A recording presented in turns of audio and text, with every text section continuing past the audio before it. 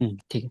तो अभी मेरे को इसका स्टेटस जो है इनएक्टिव दिख रहा है, मतलब ये डेड पड़ा हुआ है, ये अभी नहीं चल रहा है। ठीक है। तो इसी को हम क्या करेंगे, स्टार्ट करेंगे। अच्छा, स्टॉप का ही लिखे हम, स्टार्ट। स्टॉप करने के लिए स्टॉप होता है, वो हटा दे रहे हैं। स्टार्ट करने के लिए स्टार्ट।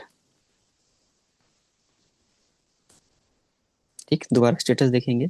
अगर पिछला कमांड चलाना है तो विंडोज की तरह इसमें अप और डाउन काम करता है। अप मैंने पिछला कमांड जितना भी चला है वो अप एरो से हम कर सकते हैं। तो अप एरो दबाएंगे, पिछला कमांड स्टेटस था, इंटर। तो अब इसका स्टेटस देखिए, एक्टिव रनिंग दिख रहा है। अब मेरा ये चल रहा है। तो अब मेरा एफटीपी काम करेगा, मेरा मेरा यम वाला कमांड अब काम करने लगेगा। ठीक है।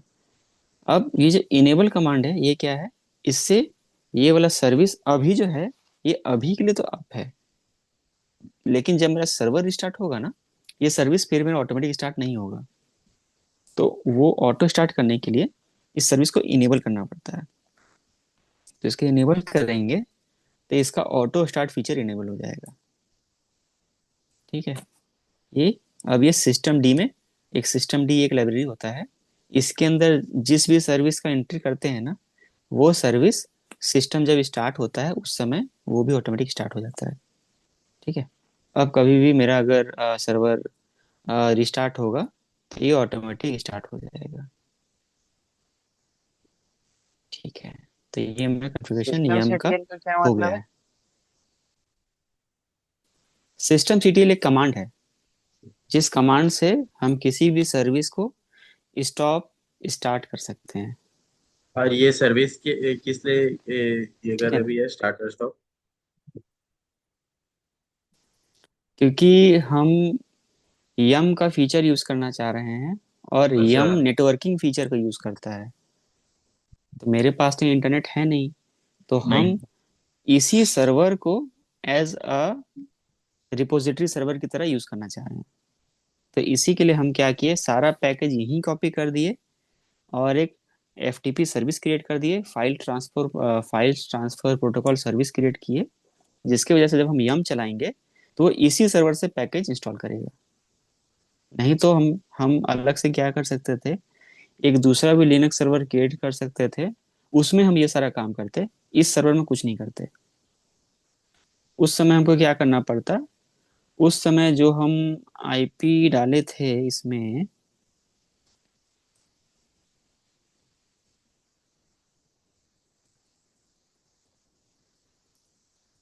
वो रेपो वाला जो फाइल था ना, किधर गया। अगर हम अभी तक अपना सेशन में कितना कमांड चलाए हैं तो हिस्ट्री से दिख जाता है। हिस्ट्री, हिस्ट्री मारेंगे तो हम क्या क्या कमांड चलाए हैं अभी तक वो दिख जाता है। तो एक डॉट रेपो फाइल हम लोग क्रिएट किए थे।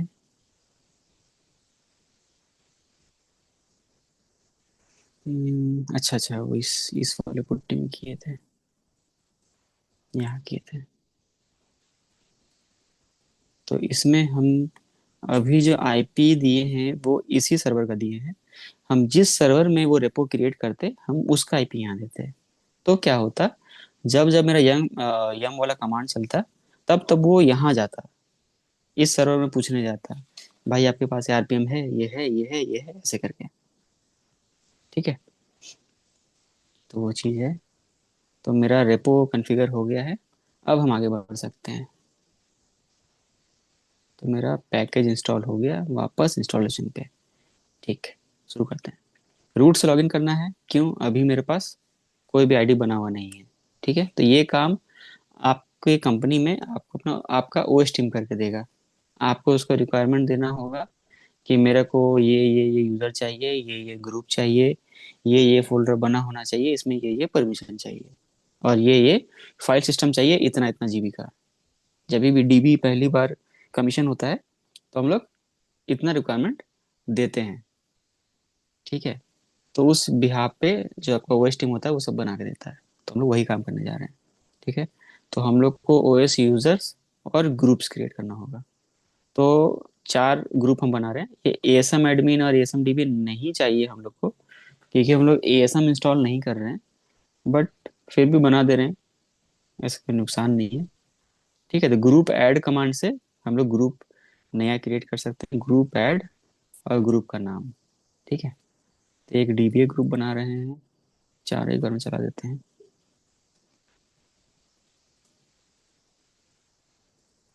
बन गया। अब यूजर क्रिएट करना है। तो यूजर ऐड से लिनक्स में यूजर ऐड होता है। तो ओरेकल डेटाबेस इंस्टॉल हम लोग करेंगे ओरेकल यूजर से। तो एक ओरेकल यूजर बनाएंगे। ग्रिड हमको नहीं चाहिए क्योंकि हम एएसएम क्रिएट नहीं कर रहे हैं, ठीक है, एएसएम इंस्टॉल नहीं कर रहे हैं। तो इसको हम हटा देते हैं, ये रहने देते हैं, इसको हम बस चला नहीं रहे हैं। या ये बन भी जाए तो कोई दिक्कत नहीं है, ठीक है ना। अब ग्रिड यूजर बना लेते हैं। ठीक है, यहाँ पे देखने वाली चीज ये होगा, ये क्या है, स्मॉल जी क्या है, स्मॉल कैपिटल जी क्या है ना, ये सब क्या है। तो जो स्मॉल जी है, ये आपका प्राइमरी ग्रुप बताता है कि आपका प्राइमरी ग्रुप क्या होगा। तो आप ये जो यूजर बना रहे हैं ग्रिड, इसका प्राइमरी ग्रुप है ओ इंस्टॉल, और कैपिटल जी बताता है आपका सेकेंडरी ग्रुप। ठीक है। एक यूजर का एक ही प्राइमरी ग्रुप हो सकता है। जैसे आप किसी कंपनी में ज्वाइन करेंगे तो आपका प्राइमरी रोल होगा डीबीए, लेकिन उसके अलावा भी आप कुछ कुछ काम करते होंगे जो डीबी से रिलेटेड नहीं होगा, वो आपका सेकेंडरी रोल है। ठीक है ना, जो मल्टीपल हो सकता है। ठीक है।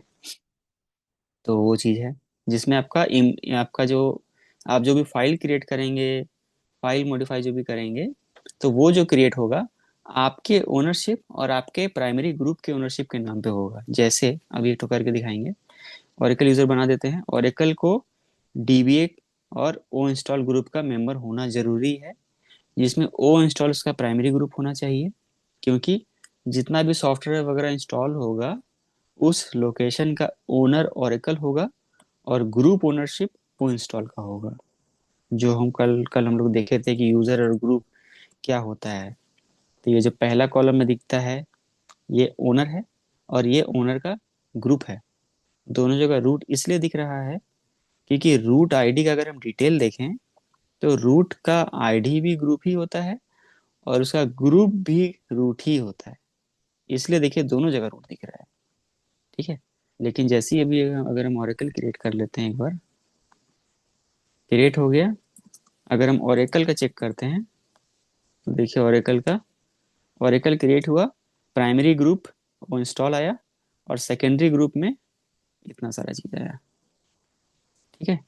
अब हम अगर ओरेकल में स्विच करें तो किसी दूसरे यूजर में स्विच करने का कमांड होता है SU स्पेस हाइफन स्पेस वो यूजर का नाम। अगर आपको यूजर स्विच करने का परमिशन है तो ये स्विच हो जाएगा, नहीं तो आपको एरर आएगा। तो हम तो रूट थे, सुपर यूजर, हमको हर चीज का परमिशन है। तो देखिए हम ओरेकल में स्विच हो गए। कैसे पता? अब ओरेकल में स्विच हो गए तो देखिए लेफ्ट में जहाँ पहले रूट आ रहा था वहां ओरेकल आ गया, और एट द रेट के बाद आपका मशीन का नाम दिखता है। ठीक है। अगर नहीं पता आपकी इस आईडी से लॉगिन है तो आईडी मारिए, आपको दिखेगा। और एक होता है हु एम आई होता है, तो भी बता देगा आप कौन है। तो आप ओरेकल हैं। ठीक है। अब देखिए हम अभी ओरेकल का अपने पाथ में होम ओरेकल। होम एक ऐसा पाथ होता है जहां पर हर यूजर का होम लोकेशन होता है। ठीक है। जैसे विंडोज में सी ड्राइव में यूजर्स एक पाथ होता है ना, जिसमें हर एक यूजर का अपना होम लोकेशन होता है। जैसे सी में अगर हम जाएं तो यहाँ जो यूजर्स है, इसके अंदर देखिए जितना यूजर है, अनूप मेरा आईडी है तो इसका पाथ है। तो मेरा डेस्कटॉप का जो भी फाइल है वो यहाँ है ना, मेरा डेस्कटॉप स्टॉप का, मेरा डेस्कटॉप का सारा फाइल यहाँ है। ठीक। उसी जगह से कोई और यूजर होगा तो उसका यहाँ होगा, वैसे ही लिनक्स में भी है। होम वही पाथ है लिनक्स में। तो हम ओरेकल बनाए तो ओरेकल का पाथ होगा होम ओरेकल। अनूप नाम का बनाते हैं तो होम अनूप, ऐसा करके जाएगा। ठीक है ना। तो इसका भी देखिए बाय डिफॉल्ट एक प्रोफाइल बन गया होगा, देखिए बना हुआ है ना, बाय डिफॉल्ट बन जाता है। अभी देखिए हम क्या दिखा रहे थे, देखिए ओरेकल का प्राइमरी ग्रुप क्या था, ओ इंस्टॉल। देखिए सारे फाइल का प्राइमरी ग्रुप क्या सेट हुआ, ओ इंस्टॉल सेट हुआ। डीबी क्यों नहीं सेट हुआ, सेकेंडरी ग्रुप था। ठीक है। तो ये रोल है प्राइमरी और सेकेंडरी का। चलिए आगे बढ़ते हैं, वापस से एग्जिट करते हैं क्योंकि अभी रूट का काम खत्म नहीं हुआ है। कहीं पे डाउट होगा तो बीच में हमको रोकिएगा, ठीक है, अगर ऊपर से बाउंस हो रहा है। ये जहाँ ओरेकल वाला है, अभी हम लोग अब ओरेकल में थे इससे दिखाया, और वही जगह रूट में रहते तो रूट हाँ, पे दिखा था। अगर हम कोई ये दोबारा बोलो, फिर से बोलो, नहीं समझ पाए। अभी जैसे जस्ट यहाँ पे देखिए, जस्ट ऊपर में देखिएगा ओरेकल ओ इंस्टॉल और बैश प्रोफाइल का ये दिखाया है, ठीक है। जैसे रूट में हम लोग लॉगिन रहते तो रूट का दिखाता है, हम्म। रूट रूट और बैश प्रोफाइल। हाँ। डिपेंड करता है, हाँ करेक्ट करेक्ट, डिपेंड करता है कि हम किस पाथ में हैं, है ना। सपोज हम ओरेकल के पाथ में हैं, जैसे हम देखो अभी हम रूट आईडी से हैं, है ना। लेकिन अगर हम ओरेकल के पाथ में चल जाते हैं तो यहाँ तो ओरेकल का फाइल होगा। नहीं गए क्या? देखो, हम रूट से ही चेक कर रहे हैं, लेकिन देखो परमिशन क्या दिख रहा है, क्योंकि ये पाथ किसका है, ये पाथ ही ओरेकल का है, तो ओरेकल। यहाँ जो भी फाइल होगा उसका परमिशन तो यही दिखेगा ना, है अच्छा। ना। वही अगर हम सीडी करके बाहर आ जाए, हम वापस कहाँ आ गए हैं, अपना रूट वाले पाथ पे, तो यहाँ जो भी फाइल होगा उसका ओनर तो रूट ही होगा। हालांकि हम अच्छा। परमिशन चेंज कर और सकते हैं। सपोज हम परमिशन चेंज किए, है ना, हम इस फाइल का परमिशन हम चेंज किए, तो एबीसी वाले का देखो ओनर अलग दिखेगा। मतलब बाय डिफॉल्ट जो फाइल बनता है ना, वो उस अगर उस यूजर के पाथ में बन रहा है और वो यूजर ही बना रहा है, तो ओनरशिप परमिशन उसका डिफॉल्ट वाला जाएगा। अच्छा। समझ में आया? हाँ। ठीक है, चल आगे आते हैं। अब ओरेकल आईडी तो हम बना दिए, है ना, वो तो हम रूट में थे, तो हम स्विच मार दिए तो हमसे पासवर्ड नहीं मांगा, है ना, क्योंकि रूट सुपर यूजर है। लेकिन अब अगर हम नया पुट्टी कनेक्शन लेंगे, मेरा ओएस टीम अगर मेरे को बोल देगा हाँ हम आईडी बना दिए, लॉगिन ले लीजिए, ठीक है, तो हम गए डुप्लीकेट करने के लिए, हम यहाँ डाले ओरेकल, पासवर्ड तो बताया ही नहीं मेरे को, क्योंकि पासवर्ड सेट ही नहीं किया, तो हमको पासवर्ड सेट करना पड़ेगा। तो असल में पासवर्ड सेट नहीं, पासवर्ड जो कमांड है इससे पासवर्ड चेंज होता है।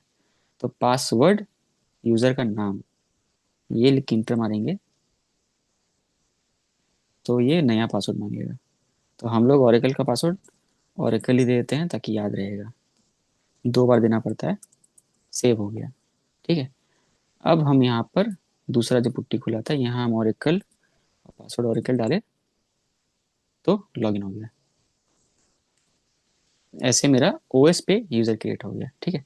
ग्रिड का भी पासवर्ड, ग्रिड यूजर का भी पासवर्ड चेंज कर ही देते हैं, इसका ग्रिड ग्रिड डाल देते हैं, ठीक है। आगे बढ़ते हैं। अब हमको डेटाबेस इंस्टॉल करने के लिए कुछ कुछ रिक्वायर्ड डायरेक्टरीज बनाना होगा, तो उसके लिए देख लेते हैं जगह है कि नहीं। तो मेरा ऑलरेडी 67% यूज हो गया है ना, और कोई माउंट पॉइंट है नहीं, इसको नहीं देखना है, ये तो मेरा पीसी का माउंट पॉइंट है, लैपटॉप का, है ना। इसको नहीं देखना है, सर्वर पे एक्चुअल माउंट पॉइंट्स में ये सब जो है छोटा छोटा है। हमको डेटाबेस के लिए एटलीस्ट 20-30 GB चाहिए, तो हमको एक और माउंट पॉइंट क्रिएट करना होगा। तो हम लोग देख लेते हैं लिनक्स में नया फाइल सिस्टम कैसे क्रिएट होता है, क्योंकि अगर कंपनी में जाएंगे तो वहाँ पे देखिएगा U01 U02 या स्लैश और एक ऐसा कुछ करके माउंट पॉइंट मिलेगा डेटाबेस के लिए। तो हम लोग कुछ वैसा ही यहाँ पे बनाने जा रहे हैं, तो क्रिएट करते हैं, ठीक है। तो उसके लिए पहले एक माउंट पॉइंट बनाएंगे U01 का। अब माउंट पॉइंट बनाएंगे तो उसके लिए पहले एक डिस्क भी लगाना होगा। जैसे मेरे पीसी में सी और डी ड्राइव है, मान लो दोनों भर गया, हम चाहते हैं एक और ई ड्राइव बनाएं, तो कहाँ से आएगा? एक नया हार्ड डिस्क लगाएंगे तब ना आएगा। वैसे ही लिनक्स सर्वर है, उसमें नया डिस्क डालेंगे तब ना। तो हम लोग एक नया डिस्क ऐड करेंगे सर्वर पे। उसके लिए ये असल में हम लोग को, ये भी मेरा काम नहीं है, ये सर्वर टीम करता है। सर्वर पर जाना है, राइट क्लिक, सेटिंग, यहाँ पे स्टोरेज होगा कहीं पे, ये है हार्ड डिस्क, 20 GB का ऐड है, 20 GB का और ऐड करते हैं। क्या ऐड करना है, तो हार्ड डिस्क ऐड करना है। नेक्स्ट, सूसी डिस्क रहेगा बाय डिफॉल्ट, यहाँ छेड़छाड़ नहीं करना है। क्रिएट न्यू वर्चुअल डिस्क करना है। नेक्स्ट, कितने साइज का करना है, और स्पेस कैसे एलोकेट करना है। तो allocate all disk space now, इस पे ऑप्शन में टिक करके, और इसमें store virtual disk as a single file पे टिक करना है।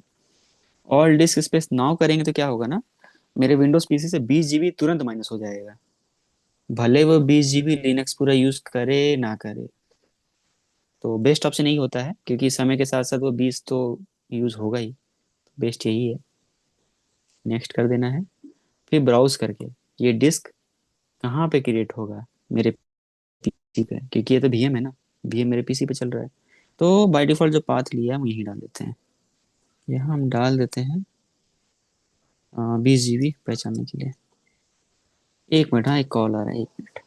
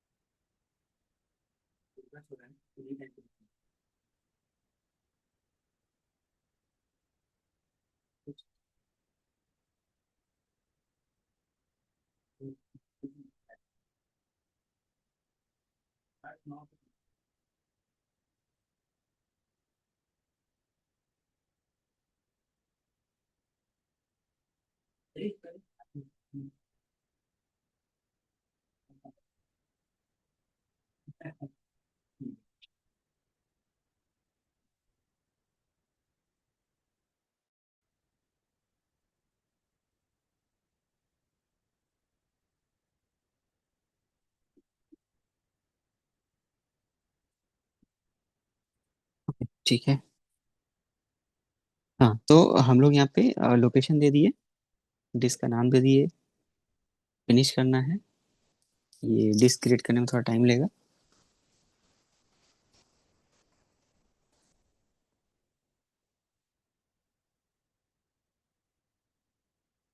है ना। तो मेरा डिस्क क्रिएट हो गया, तो देखिए मेरे को यहाँ पे एक पहले का डिस्क, एक नया डिस्क अटैच हो गया, वो दिख रहा है। ओके मार देंगे। ठीक है। ये ऑनलाइन हो जाता है VMware में, ठीक है ना, VM को डाउन नहीं करना पड़ता है। ये अगर, अच्छा छोड़िए, ये तो VMware पे था। अब हम लोग को आगे बढ़ाना है। अब क्या करना है? अटैच डॉक्यूमेंट रेफर करना है, तो ठीक है, माउंट पॉइंट का एक हम अलग से डॉक्यूमेंट बनाए हैं, कैसे बनता है। तो create mount point in Linux, इसको ओपन करना है। चलिए, यहाँ पे हम एज्यूम कर रहे थे कि VM डाउन है ना, तो हम लोग रनिंग VM में ही कर दिए हैं। अब डिस्क सर्वर लेवल पे ऐड कर दिए। सर्वर पे दिख रहा है कि नहीं, उसके लिए एफ डिस्क -L चलाएंगे, तो जितना डिस्क सर्वर पे लगा हुआ है सब दिखाएगा।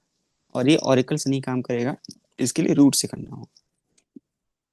तो रूट पे आ गए, एफ डिस्क -L।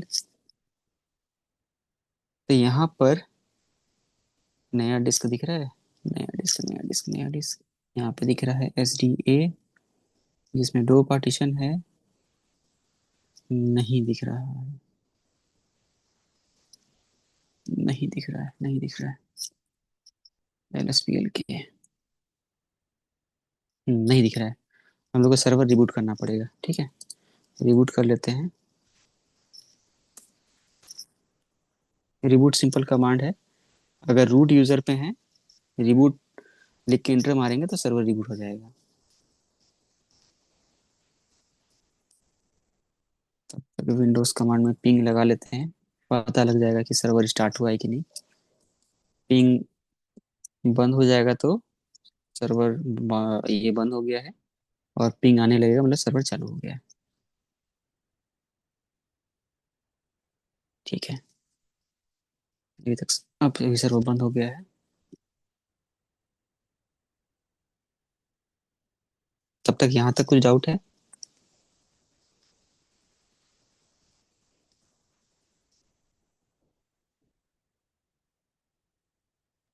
डाउट तो नहीं है भैया, लेकिन ये सब थोड़ा बॉन्सर लग रहा है अभी भी हमको। बॉम्ब से लग रहा है। ऐसे ये DBA का काम है भी नहीं, ठीक है ना, तो इसको तो माइंड नहीं करना है। बट अगर समझ में आ जाए तो उतना अच्छा है, क्योंकि लैब सिस्टम तो तुमको क्रिएट करना ही है।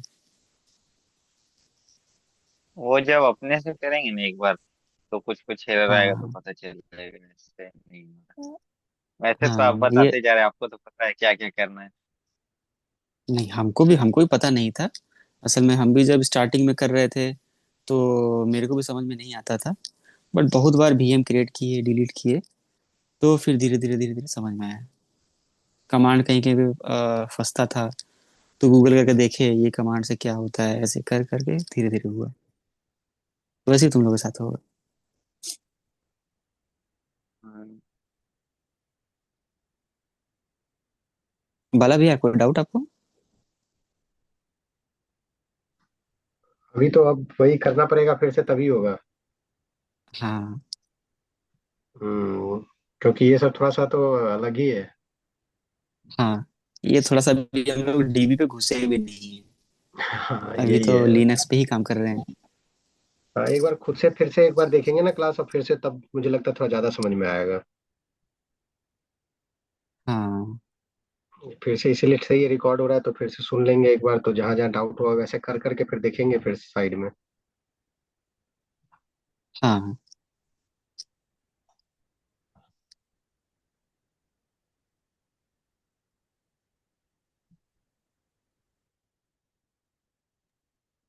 बहुत लंबा टाइम ले रहा है।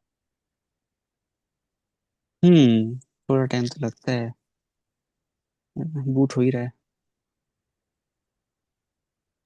अच्छा, ये आर पता है एम आर एफ भैया जो आप मेरा। बताए थे। हाँ भैया। हेलो। मैं बोल रहा हूँ जो आपने कमांड बताया था हाँ ना, आर एम रेपो वाला, RM-RF बताया था ना, हाँ उसका क्या मीनिंग होता है? हाँ हाँ हाँ। सिंपल RM से क्या होता है, एक फाइल रिमूव होता है। लेकिन अगर कंप्लीट फोल्डर रिमूव करना है, तो हम्म। RM के बाद -RF लगाना होगा, जिसमें R अच्छा। माने रिकर्सिव। रिकर्सिव क्यों बोलते हैं, क्योंकि फोल्डर के अंदर मल्टीपल फाइल होता है।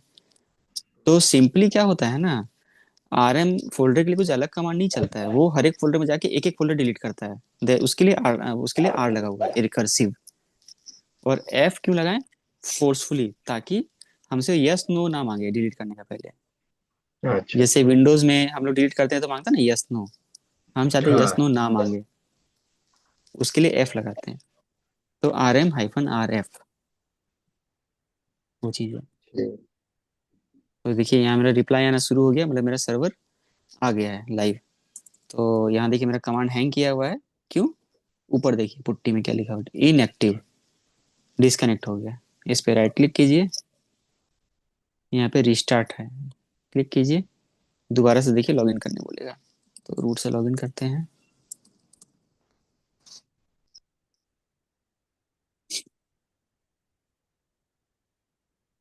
ठीक है, अभी भी लगता है सिस्टम सही से स्टार्ट हुआ ही नहीं है। मैसेज आया सिस्टम इज बूटिंग अप, पर ठीक है कोई नहीं, मेरा पुट्टी आ गया, मतलब ठीक है। एक बार दोबारा चेक करते हैं मेरा डिस्क दिख रहा है कि नहीं। F disk-L। तो अभी मेरे को दिखने लगा। देखिए SDB, पहले मेरे को डिस्क नहीं दिख रहा था, है ना। SDA ही दिख रहा था। SD बोले तो स्टोरेज डिवाइस, उसके बाद ABCD ऐसा करके चलता है।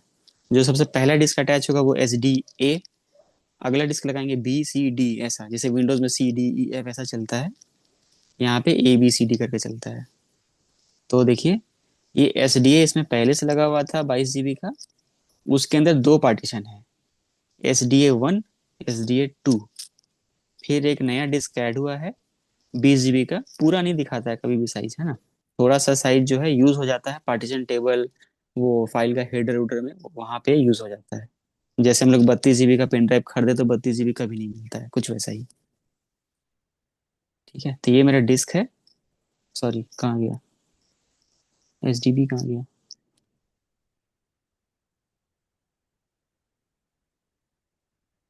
कहीं था, हाँ ये सॉरी, यहाँ। ये SDB, ये मेरा नया डिस्क है 20 GB का। यहाँ थोड़ा सा गलत दिखाता है, बट ठीक है, ये मेरा 20 GB है। अब इसी में हम लोग पार्टीशन क्रिएट करेंगे, इसी डिस्क से नया माउंट पॉइंट क्रिएट करेंगे। जैसे हम लोग विंडोज पीसी में जब जब ये नया डिस्क लगाते हैं, तो हमको यहाँ पे दिस पीसी में हमको नहीं दिखता है वो डिस्क। ठीक है, पर हम इसमें अगर नया, अगर आप लोग अगर कभी हार्ड डिस्क खरीदे होंगे नया नया, एक्सटर्नल वाला भी, अगर उसको आप लोग लगाते हैं फर्स्ट टाइम लैपटॉप पे, वो नहीं दिखता है। ठीक है, वो कहाँ दिखता है, वो आपका स्टोरेज में जाकर दिखता है। डिस्क mgmt.msc मारते हैं तो आपको यहाँ दिखता है वो डिस्क। यहाँ पे नीचे में एक आता है ब्लैक कलर में दिखता है, वो अनएलोकेटेड डिस्क करके आता है। फिर आप उसमें राइट क्लिक करते हैं, न्यू वॉल्यूम बनाते हैं उसको, तब जाके वो डिस्क यहाँ दिखना शुरू होता है।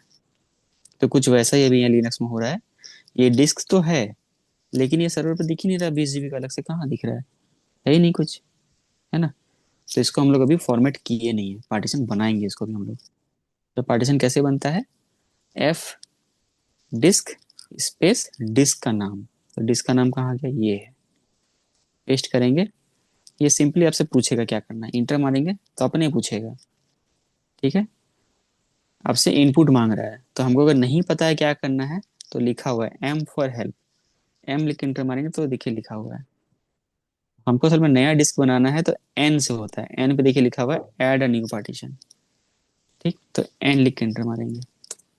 ठीक, अब पूछ रहा है किस टाइप का पार्टीशन, तो अगर कुछ नहीं पता है तो हमेशा P डालिए, प्राइमरी पार्टीशन।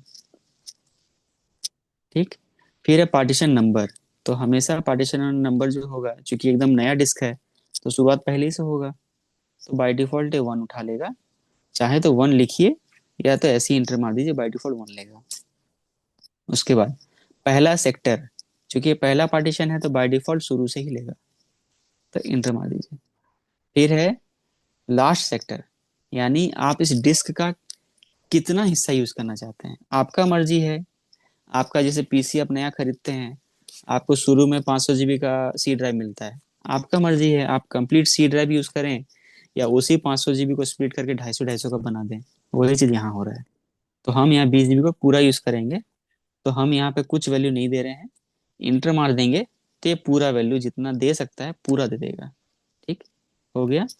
अब सब क्रिएट हो गया, अब इसको सेव करना है। तो W से क्या होगा, ये जो टेबल है डिस्क का सेव हो जाएगा, पार्टीशन टेबल, W सेव हो गया। अब जब दोबारा जब हम F डिस्क -L चलाएंगे तो देखिए पहले इस डिस्क के नीचे कोई पार्टीशन नहीं दिख रहा था। अब देखिए इस डिस्क के नीचे ये देखिए SDB1 पार्टीशन दिख रहा है। दूसरा एक LSBLK भी होता है, इससे भी दिखता है। देखिए SDA1 पहला डिस्क, इसका 2 पार्टीशन था। SDB दूसरा डिस्क, इसका एक पार्टीशन बना है। साइज है 20 GB, लेकिन ये अभी किसी माउंट पॉइंट के साथ अटैच नहीं है ना। मतलब डिस्क बन गया है लेकिन माउंटेड नहीं है। अब हमको अपना U01 माउंट पॉइंट क्रिएट करना है। तो आते हैं वापस डॉक्यूमेंट पे। हम लोग ये फॉर्मेट कर दिए। अब U01 माउंट पॉइंट बनाते हैं। एक पाथ क्रिएट कर लेते हैं। क्रिएट हो गया। अब इसी माउंट पॉइंट को इस वाले पार्टीशन पे माउंट कर देंगे। ठीक है, तो यहाँ पे पार्टीशन का नाम देना है, तो क्या है, माउंट। जिस नाम से माउंट दिखना चाहिए और किस डिस्क पे माउंट करना है। ठीक, क्या हो गया, अच्छा कमांड गलत है। डिस्क पहले होगा, पॉइंट माउंट पॉइंट का नाम बाद में होगा। क्या हो गया, अच्छा फॉर्मेट हुआ नहीं, सॉरी, यहाँ एक स्टेप मिसिंग है। यहाँ पे इसको जैसे विंडोज में होता है NTFS पार्टीशन, और क्या होता है, FAT32 पार्टीशन होता है, इस तरीके का।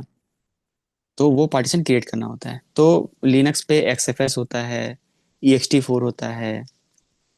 तो वही पार्टीशन हम लोग क्रिएट करेंगे। तो MKXFS यानी मेक XFS फाइल सिस्टम, और इस पार्टीशन का नाम MKFS ऐसे कुछ करके होता है।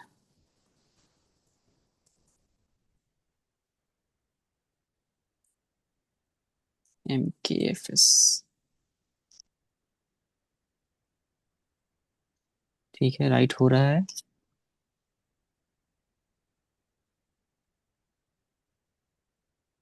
हो गया राइट, ठीक है। अब दोबारा माउंट करते हैं। देखिए माउंट हो गया। अब देखिए मेरे को यहाँ पे यूजर वन दिखने लगा, पहले नहीं दिख रहा था। तो मेरा यूजर वन का नया माउंट पॉइंट क्रिएट हो गया। जैसे आप लोग अगर किसी कंपनी में काम करें तो वहां पर ऐसा ही स्ट्रक्चर दिखेगा। ये बन गया। अब इस पे हम लोग को इस माउंट पॉइंट को एक ETCFS टैब नाम का फाइल होता है। ठीक है, ये तो अभी इसको मैनुअल माउंट किए ना। सर्वर अगर रिस्टार्ट होगा ना तो ये फिर से ऑटोमेटिक माउंट नहीं होगा। ऑटोमेटिक माउंट करने के लिए एक फाइल होता है ETCFS टैब नाम का। इस फाइल में एंट्री करना पड़ता है, तभी जाके ये हर बार ऑटोमेटिक माउंट होगा। ठीक है, तो चलिए इसमें एंट्री बनाते हैं। इसके लिए क्या क्या चाहिए, अगर इसमें आप कैट करें तो क्या क्या डिटेल चाहिए। डिस्क का यूनिक आईडी चाहिए, किस नाम से माउंट हो रहा है वो चाहिए, क्या पार्टीशन टाइप है, और ये सब डिफॉल्ट कुछ कुछ वैल्यू है। ठीक है, तो यहाँ पर अच्छा ये गलत पार्टीशन टाइप ले लिया, EXT2 ले लिया है। इसको गलत ले लिया है, एक मिनट इसको ठीक करते हैं। XFS बनाना था, ये जो दिख रहा है ना XFS, ये बनाना था। एक मिनट इसको ठीक कर देते हैं। इसके GF लिए हाइफन पार्टीशन एच की क्यों लिखे? H से ह्यूमन रीडेबल फॉर्म में आता है, और T से पार्टीशन का टाइप आता है। DF-S तो हम लोग पहले भी चला रहे थे, खाली हाँ। T हम ऐड किए हैं। तो T से पार्टीशन टाइप आता है। तो यहाँ पे EXT2 है, पुराना पुराना ये पार्टीशन का फॉर्मेट है। अभी लेटेस्ट में XFS चल रहा है ना। तो XFS में इसको करते हैं। तो इस पार्टीशन को पहले डिलीट कर देते हैं, नया बना लेंगे। चलो अभी डिलीट तो भी आप दिख जाए। एक्सेसेस में ही इसको फॉर्मेट किए थे ना? नहीं नहीं नहीं, X छूट गया था। ये देखो MKFS हो गया था, MKXFS होगा, अच्छा। है ना। वो X छूट गया था। तो डिलीट कैसे होता है पार्टीशन, सिंपल, यही डिस्क का नाम 1 हटा दो। डिलीट करना है तो D से डिलीट होता है, डिलीट हो गया। ठीक है, सेव हो गया। DFFNH में अभी भी डिस्क दिख रहा है, ठीक है। क्यों दिख रहा है? क्योंकि इसको अनमाउंट नहीं किया, तो अनमाउंट कर देते हैं। ठीक है, अनमाउंट हो गया, अभी ये नहीं दिखेगा। एक बार दोबारा एफ डिस्क से चेक कर लेते हैं। जो पार्टीशन दिख रहा था डेव SDB का, वो अब नहीं दिखेगा। देखो नहीं दिख रहा नीचे, कोई पार्टीशन खाली हो हाँ। गया। वापस से पार्टीशन क्रिएट कर लेते हैं। New primary default default default W save. वापस चेक करते हैं, पार्टीशन बन गया है, ठीक है। MKXFS,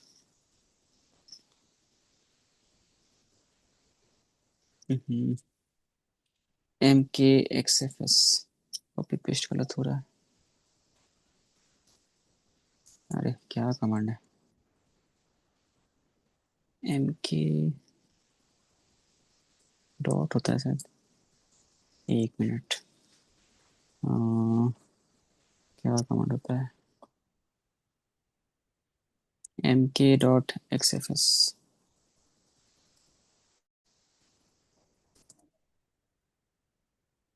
MKFS.XFS, okay. MKFS, इसमें फोर्स लगाना क्योंकि पहले एक पार्टीशन इसमें ट्राई कर चुके थे। ठीक है, क्रिएट हो गया, ठीक है। अब वापस इसको माउंट कर देते हैं। ये कमांड मिसिंग है, ये कमांड हम यहाँ डाल दे रहे हैं।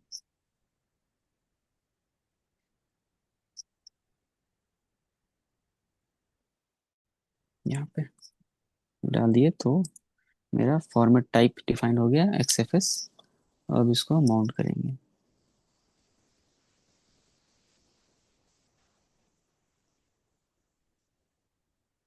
यहाँ माउंट हो गया। DFFNH दिखने लगा, इसमें टी लगाएंगे तो XFS दिख रहा है, ठीक है। तो मेरा सही से हो गया। हाँ, अब वापस से आते हैं FS टैब वाले फाइल पे। अभी भी क्या हुआ कि सर्वर रिबूट करेंगे तो माउंट पॉइंट वापस से माउंट नहीं होगा, मेरे को मैनुअल माउंट करना होगा। तो उससे बचने के लिए एक फाइल होता है, ये वाला /etc/fs टैब। इसमें उस माउंट पॉइंट का डिटेल देना होता है। जैसे देखो यहाँ जितना माउंट पॉइंट है ना, root mount point, swap mount point, ये यहाँ पे दिखा हुआ है। तो यहाँ पे लिखना होगा उसका एंट्री। उसके लिए क्या चाहिए? या तो डिस्क का नाम या उसका यूआईडी चाहिए। यूआईडी कैसे मिलेगा? BLK ID और डिस्क का नाम। तो ये इसका यूनिक ब्लॉक आईडी आ गया। इसको कॉपी करना है, इस फाइल को एडिट करना है FS टैब वाले को, लास्ट लाइन में चल जाना है, UUID इक्वल टू जो कॉपी किए हैं पेस्ट कर देना है। माउंट पॉइंट का नाम क्या है? तो /001। और किस टाइप का माउंट पॉइंट है? तो XFS माउंट पॉइंट है। बाकी डिफॉल्ट हम लोग छोड़ सकते हैं। इसको सेव कर देना है, हो गया। अब अगली बार मेरा पीसी बोलते हैं, अगर ये मेरा VM अगली बार जब हम चालू करेंगे तो मेरे को U01 उस समय भी दिखेगा, गायब नहीं होगा, ठीक। अगला काम क्या करना है? अभी हम तो सारा काम रूट से किए, तो अगर इस पे हम परमिशन देखेंगे डायरेक्टरी का, तो इस पे रूट दिखेगा, जबकि हम ये तो ऑरेकल के लिए बना रहे हैं, है ना। रूट रूट है, तो हमको ये चेंज करना पड़ेगा, ठीक है। तो यहाँ पे हमको इसका ओनर और ग्रुप ऑरेकल और ओ इंस्टॉल कर दे रहे हैं। अगर ये हम नहीं करेंगे तो एक दूसरा सेशन था ना ऑरेकल का,